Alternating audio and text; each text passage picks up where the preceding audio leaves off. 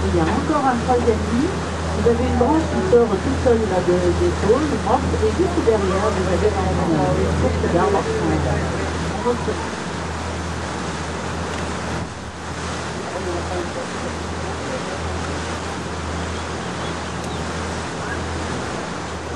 Voilà, là on voit bien. Vous voyez, l'emplacement de ces lits, donc ils sont très fragiles. Vous voyez qu'il y a des gros ouvrages, des vents violents et des grandes séquelles.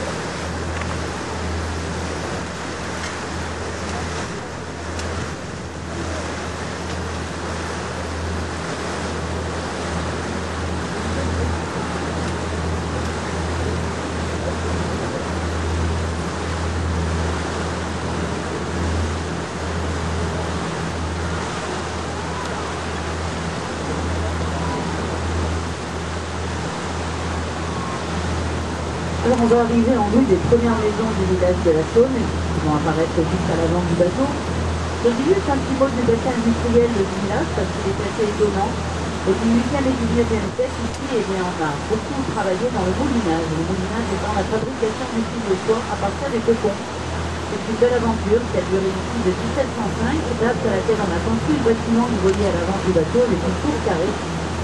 Et ça s'est terminé 160 ans plus tard. Ça avait pris le nom de moulinage royal. Ça a été une grande aventure ici. Et si ça s'est terminé brutalement, eh bien, malheureusement, les cocons ont pris de graves maladies. On ne savait pas soigner à l'époque sur la région, sur la France. Donc, fin de cette histoire et importation massive, on va dire, du coton. Mais ici, on a compté jusqu'à 3000 ouvrières. C'est vrai que ça peut sourire quand on voit ce petit village aujourd'hui. Une belle église également, église du XIe siècle, construite par les bénédictins de Montmajour, donc époque romane. Et comme tout ce qui a été construit dans le village, eh bien, ça l'a été à partir d'un gisement d'une pierre particulière qu'on appelle le duf, une pierre calcaire tout simplement. Et ce duf, eh bien, s'est déformé grâce aux sources qui sont extrêmement nombreuses et extrêmement calcaires. Quand je dis extrêmement, elles sont chargées de 315 mg de calcaire en moyenne, alors qu'on en a 0,2 g dans un litre d'eau. Vous imaginez un petit peu. On appelle ça des sources pétrifiantes, d'où le nom du jardin des fontaines pétrifiantes. Et donc, au fil des millénaires, eh bien, s'est déformé un gisement, on va dire du côté gauche du bateau, mais peu importe, parce que de toute façon, il n'y est plus. Tout a été utilisé. On a commencé au Moyen-Âge à exploiter ce gisement qui était le deuxième de France, et on a terminé au début du XXe siècle.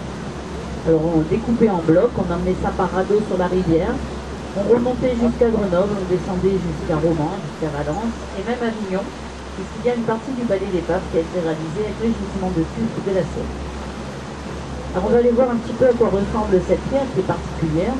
Les anciens appréciaient beaucoup parce qu'elle est très dure, elle est quand même très facile à tailler et elle est très légère. Et si elle est très légère, elle est suspendue, on voit les câbles qui traversent. Le tablier de ce pont a été dynamité pendant la dernière guerre.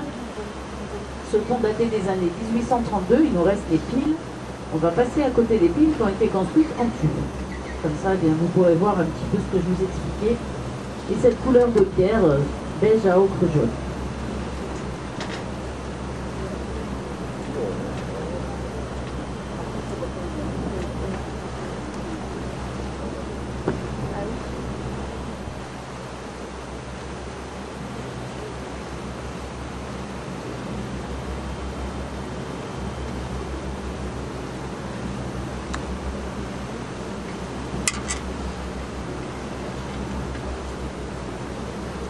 Voilà les piles qui apparaissent avec cette couleur en particulière, beige à ocre jaune, et tous ces petits trous en surface, on dirait que la pierre est abîmée, ce qui n'est pas du tout le cas. Certains disent que c'est un peu le béton cellulaire de l'époque. Vous voyez, pas abîmé du tout ce pont.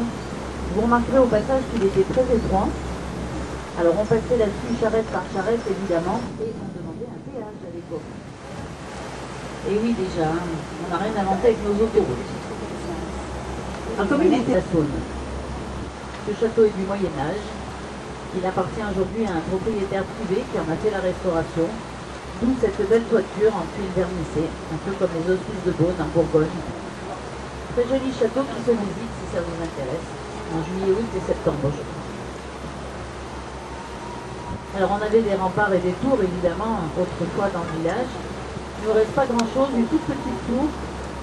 Si vous regardez à gauche du bateau et que vous patientez un petit peu, vous allez voir apparaître une rue perpendiculaire à la rivière. Et au fond de cette rue, eh bien, on aperçoit le haut de la tour, la dernière qui reste. On parlera de ce cube qui continue, hein, les sources sont toujours pétrifiantes bien entendu, même si on n'a plus de falaise, on n'a plus de gisement. Un jardin donc minéral, aquatique et végétal.